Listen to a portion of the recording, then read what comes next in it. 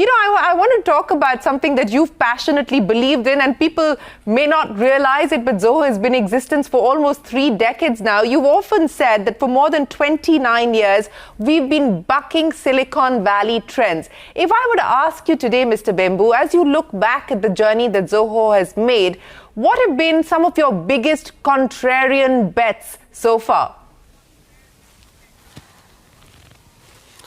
Yeah, well, building Arattai would be a contrarian bet by itself, and building all of the email, the office suite, those are fairly big contrarian bets, and building out our rural development centers, starting in Tenkasi where I live right now, that is a big contrarian bet. Our Zoho schools of learning, an alternative to college education, that's a contrarian bet.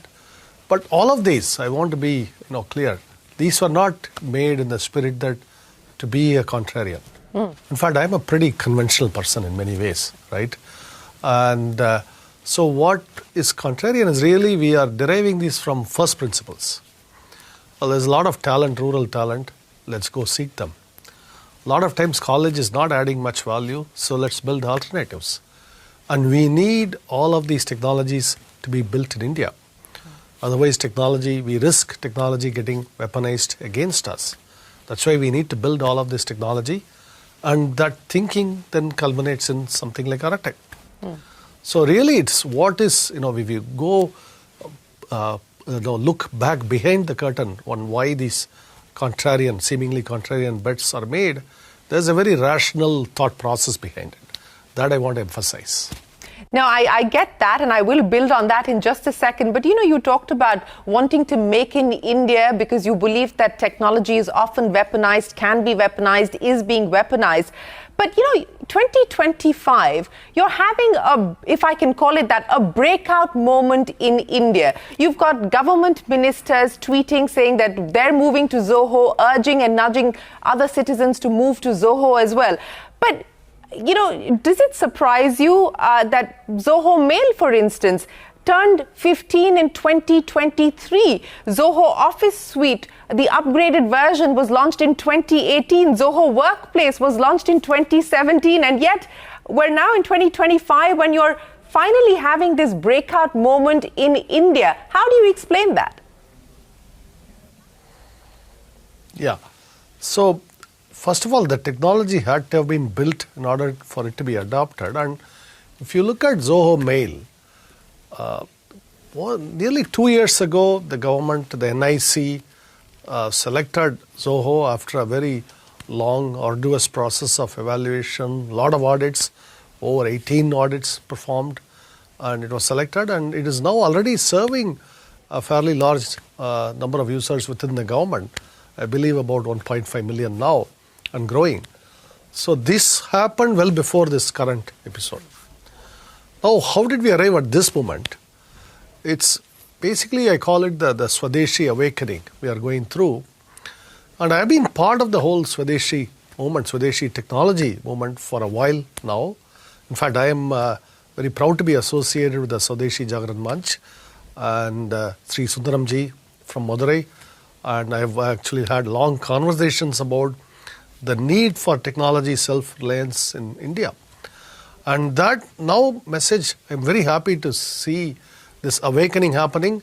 This is not only government. I want to emphasize this Swadeshi movement is happening across our private businesses, our educational institutions, our common citizens, right? Everywhere I see this.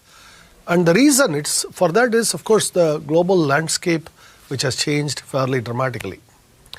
And to be honest, some of us expected this global landscape shift because, I always felt the global trading system itself was built on a very, unsound foundation, and that was prone to collapse, and it's creating these conflicts. And those conflicts, once they emerged, we can see that on why we need the Swadeshi movement now. So I'm very happy to see the awakening happening right now.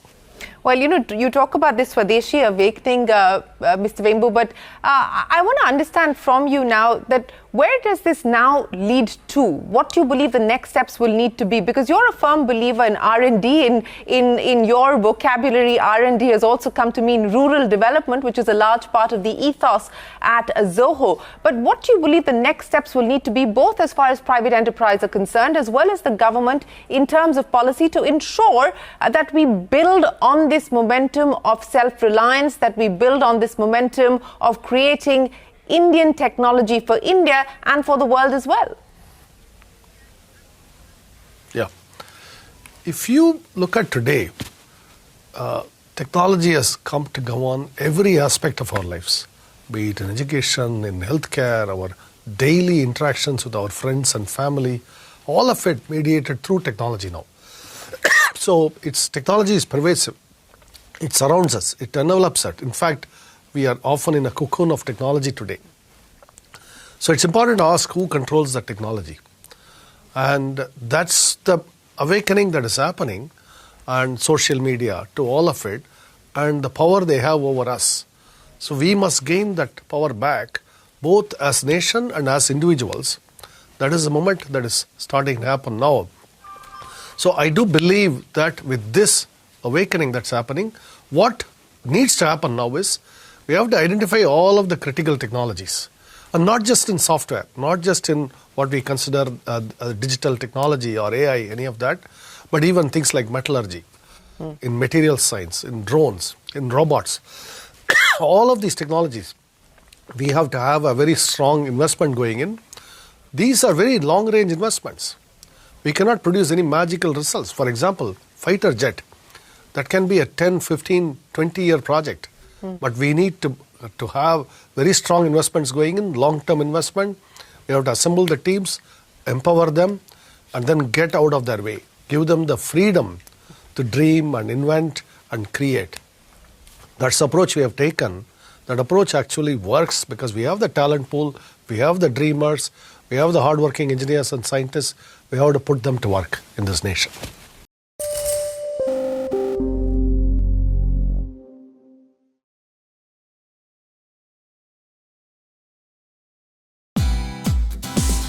Hey, thank you for watching this on CNBC TV18. Hope you liked it. For more such interesting news and updates, follow CNBC TV18 on all the social media platforms.